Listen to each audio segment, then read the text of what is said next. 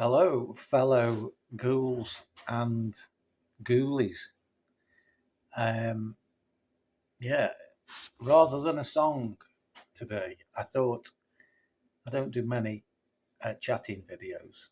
Um, so I'm going to start with what knowledge I know. I'm going to call this part one of 9/11 and its beginnings, its middles, and its ends, and continuing um, processes. So um, I'll start with just saying where I was on uh, that day in September. Um, I was at my other old house. Um, I'd just come in from work. I'd just turned on the TV, and it's all smoke and mirrors. At that time, there was no other reason for me to question, you know, the glamour of the violence that was being portrayed on the screen for me. Um, but even from the very beginning, it just seemed odd.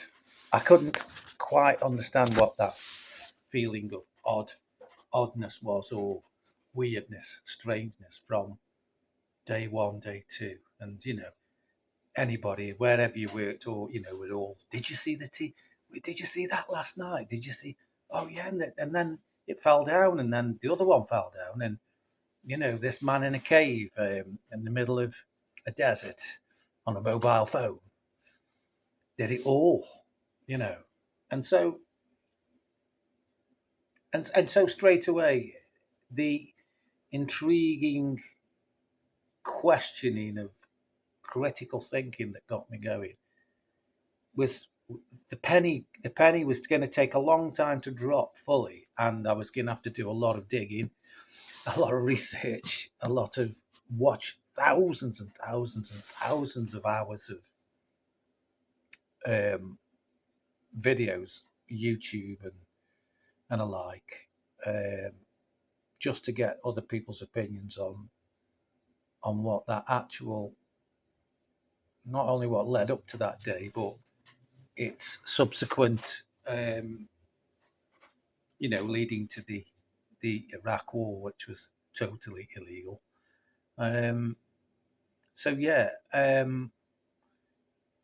if obviously I'm going to be doing these, it's such a big one, and I'm not going to just skim over this. I'm going to try and do a more detailed, um, precise look at the information that was given out by obviously the official people, um, which we'll get into.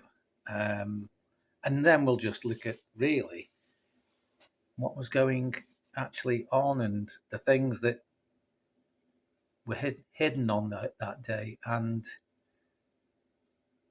the total lack of uh, critical thinking from not all of the American public, but a high proportion of them, which are spoon fed their TV, um, by a controlled deep state that knows the narrative, and even if you switch to another channel, you're going to get the narrative that fits the state. Um, you know, it's it's a very intriguing issue as the 9/11 one.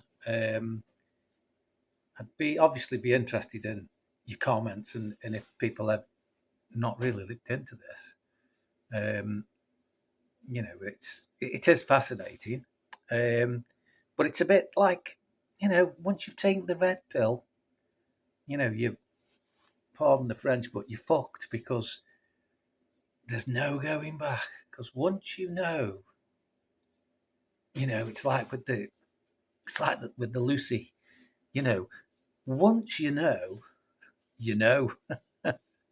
And so I don't want you to take this one lightly because, like the Lucy one, the rabbit hole disappears and then goes into a labyrinth that's exponentially the length of a piece of string from Perth to Melbourne, shall we say, maybe even deeper. But this is what we're looking at. So in if it's this chapter one, I shall just say that um, I've outlined what's gone on, and chapter two or video two or part two, I'll try and write some stuff down so as I can have a coherent, um, succinct sort of look at the dates and what was done and what was said, and you know, um, and it will give me something to do because you know I'm sure that I'm sure that I could do other things, but I just thought that rather than play music all the time, it'd be nice to see other people's views on what was a terrible thing that resulted in at least 1 million Iraqis killed. Well, they always say killed, don't they? And I actually think you should use the term murdered, really. Killed makes something out like it's just been killed.